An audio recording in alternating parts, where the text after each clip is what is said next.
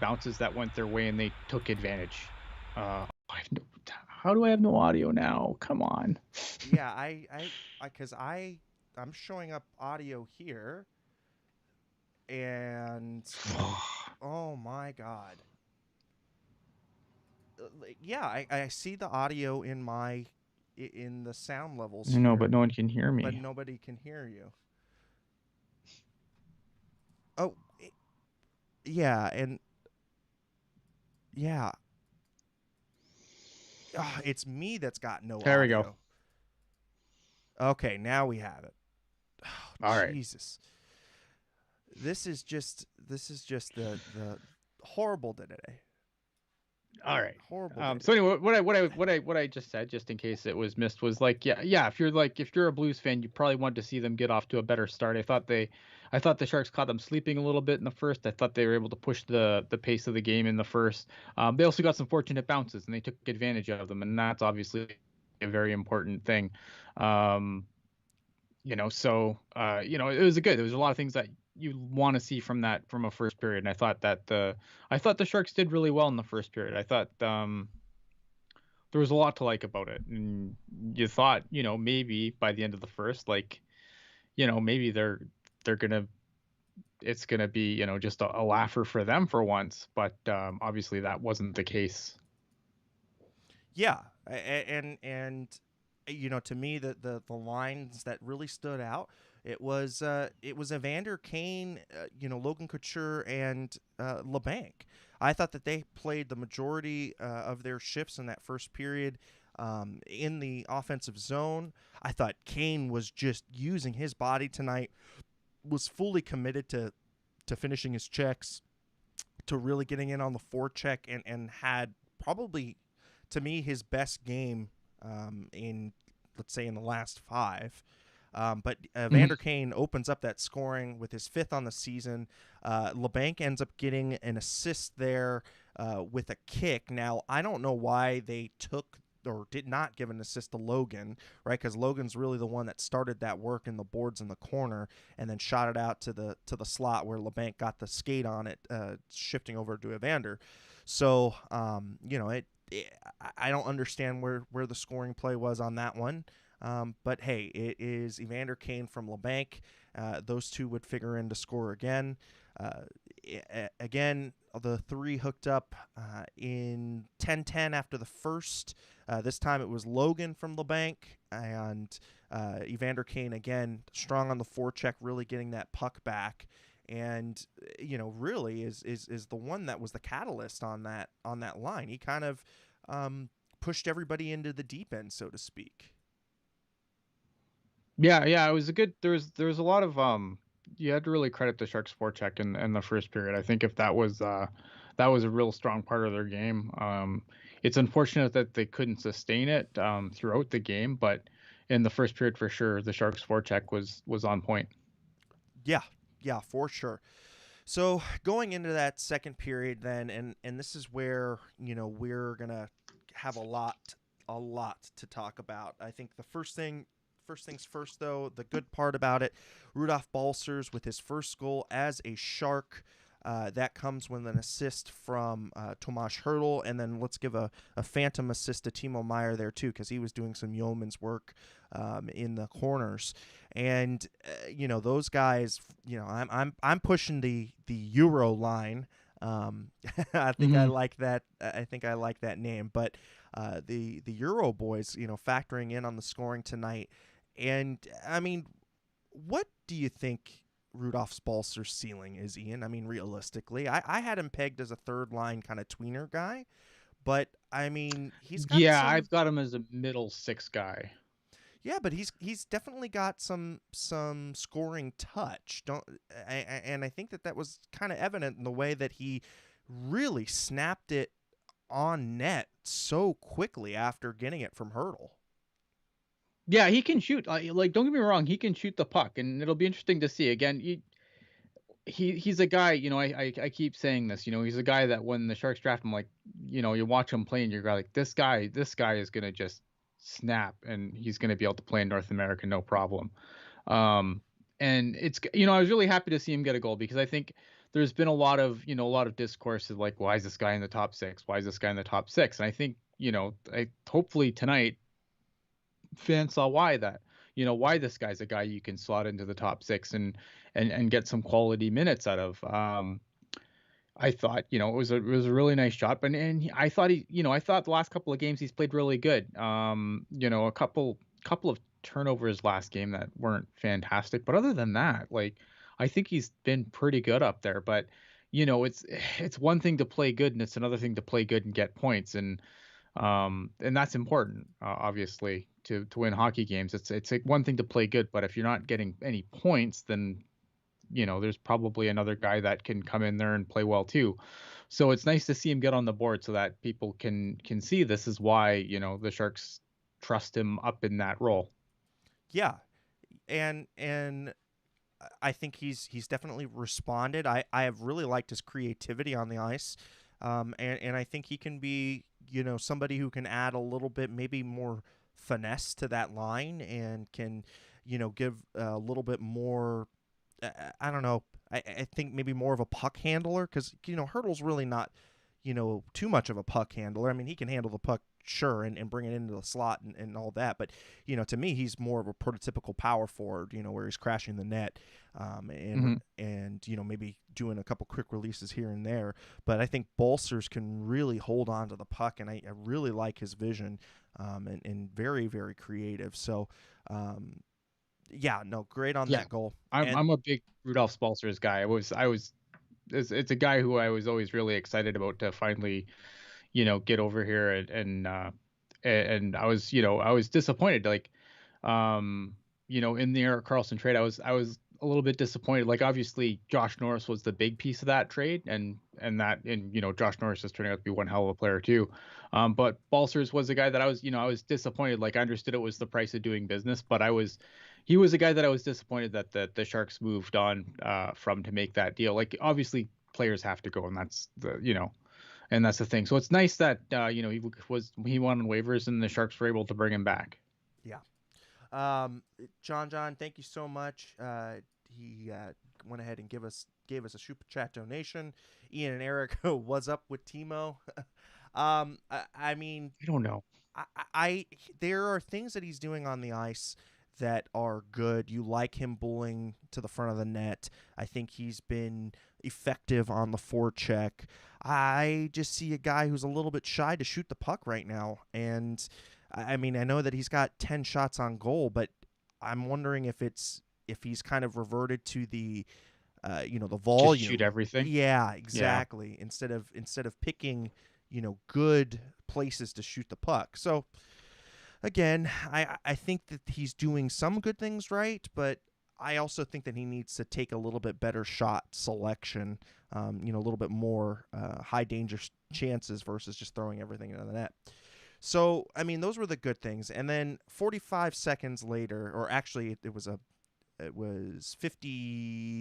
56 seconds later, excuse me, Braden Shen scores his 9th of the season. Kyrou and Hoffman with the assists, and it is St. Louis 1, Sharks 3, and all of a sudden, we're starting to think, oh boy, second periods again. Is this going to be the start of something unraveling? And then the Sharks kind of settled down a little bit after that goal. Patrick Marleau gets a great goal from Evander Kane on the setup. Evander Kane just hopping onto the ice into the corner board, shoots it right into the stick of Patty, and Patty's on the back door. Boom, boom, boom. Patty's first of the year. What did you see on that play, Ian, that you liked, and why Kane was able to spot Patty out of the corner of his eye?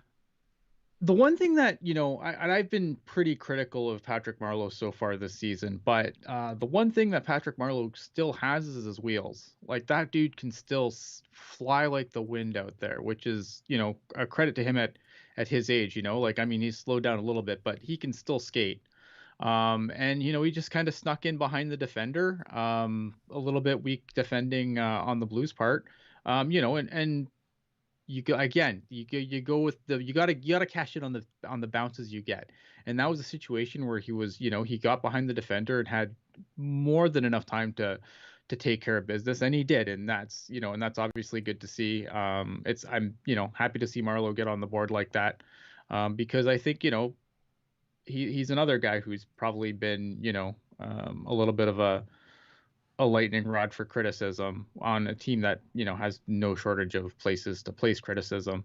But he can still skate, and his skating is how that happened. Yeah, for sure. And you thought, okay, this is good. Sharks, regain that 3-goal cushion, but don't look now. 29 seconds later, Zach Sanford, with his third on the season from Krug and Schenn. The lead is now cut back down to 2. Sharks 4, St. Louis 2. And I think this is the goal that I felt Dubnyk was not very good on the positioning here. Because I felt there were a couple goals that I would have liked to have seen him, maybe work a little bit harder on his glove side. And I believe that this is one of those goals that I think he should have had. I don't know. It was a tip though, right? Like it's a change in direction at the last minute. It's pretty close. This was the tip, right? Where it was like they checked it for yes, to see if it played above the bar. Yeah. Yeah, this is the bar So check. yeah, so I mean, tips are hard.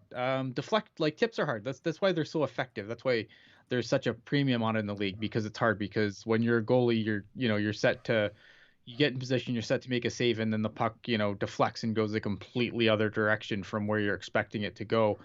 This so is obviously the one with the did this have the trip on the play? No, this wasn't the trip play, I don't think. Because Knyzhov was taken out in one of those. But yeah, Knyzhov's just got to do a little bit better job boxing out Krug there. Or not Krug. Who was it that tipped it? It was Krug. Yeah, Torrey Krug launches it from the blue line, and unfortunately, Sanford is just right there, and Knyzhov doesn't move him out of the way. So, yeah, I got a little confused there, Ian. I don't think that this one's on. That's okay. Dubnyk. I think, I give the Sharks a little bit of credit here though, because I think after that goal, it goes to review. The Sharks didn't. Thank God the Sharks didn't challenge it, because if the Sharks challenge it, like, momentum's already starting to tilt the Blues' directions. The Blues have finally, I think, woken up. They're finally getting into the game. I think that was evident. Like, I know the second period, like the score made the second period look really bad, but I don't think it was as bad as it looked. Like, I don't think the Sharks were terrible. I just think the Blues finally woke up and started playing. And obviously you'd like to see the Sharks handle that a little bit better, but I didn't think they had I didn't think the second period was atrocious. Like, we've seen some tire fire second periods. I don't think this was one of them. Like, it wasn't good. Don't get me wrong. It wasn't a good second period, but I don't think this was the absolute tire fire that we've seen in the past. Yeah. I think you had so for the next goal, you've got O'Reilly on the side of the net, in a one-time situation from Hoffman and Kyrou at 15:30 in the second period, and the St. Louis Blues cut the lead down to 1 goal now. And this is the one where I felt Dubnyk needed to hug that post just a little bit more. Instead, he used his glove to try and take up as much net as he could. Now, it is across ice, so he does have to kind of reset when he pushes across. But again, I think the positioning, to me, I felt like if he was hugging that post, it would have hit him right in the crest. And yeah, that again, I think that's kind of that's on him. I think he's Mario loses his helmet too, and that's not great, because you're in a real lose-lose situation there. I know Hedeken really ripped into him, but it's such a lose-lose situation, right? Because you can't play the puck without your bucket. So if you try to get in the play without getting your bucket, then you take a penalty, and that's not good, especially with the way the Sharks have been killing penalties lately. It hasn't been great. You get off the ice to get a person who has a bucket on, and hopefully they can jump in the play quick enough, which is what he opted to do, which is probably what most coaches would want a player to do. The other option was he goes and gets his bucket, puts it back on, and tries to get back in the play. But then if someone exploits him on that side, then you're still chewing him out. So like, I thought that was a real lose lose for Mario, and I I don't know, man. Hedekin's been interesting this year to say the least on color, and I don't know. Yeah, yeah. I didn't think it was. I thought it was a lose lose, and I know I like Mario, and and then you can say, oh well, Ian likes Mario, of course he's gonna go to bat for him, but like I don't know, man, like he's in a lose lose lose there. Yeah, yeah. I totally agree because he's he's either going to play the well he did play the puck eventually without his helmet, and they call him, and it was they score on a 6-on-5 situation with the goalie pulled because the penalty had been called.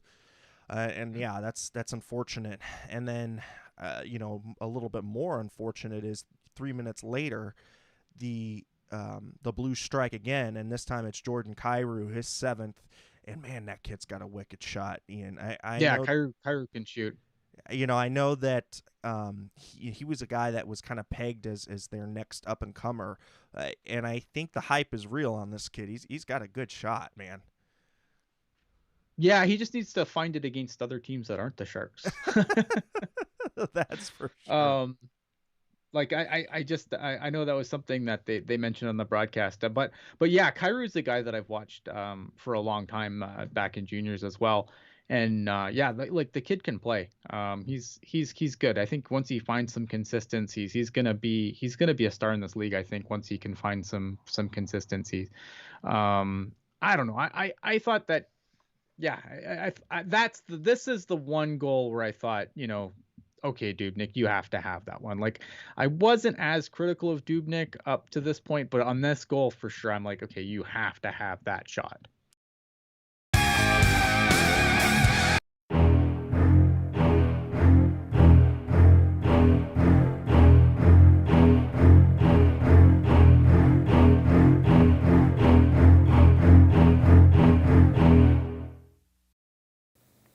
Hey all, just letting you know, well, that's not supposed to be seen. We had some major issues on the broadcast this evening. We're working on rectifying them, but I know that shows that we're still on. So we want to thank each and every one of you for being supportive here. Of course, don't forget, Pucknologists will be back Sunday night at 7 p.m. Pacific, 10 p.m. Eastern. And of course, After Dark will return on Monday as the Sharks host the Minnesota Wild to kick off an 8-game homestand. So, all the best, be safe, and we'll talk to you Sunday night for Pucknologists at 7 p.m. and after the game on Monday night. So, until then, keep it real, keep it teal, keep it real, teal. Have a good night, everyone.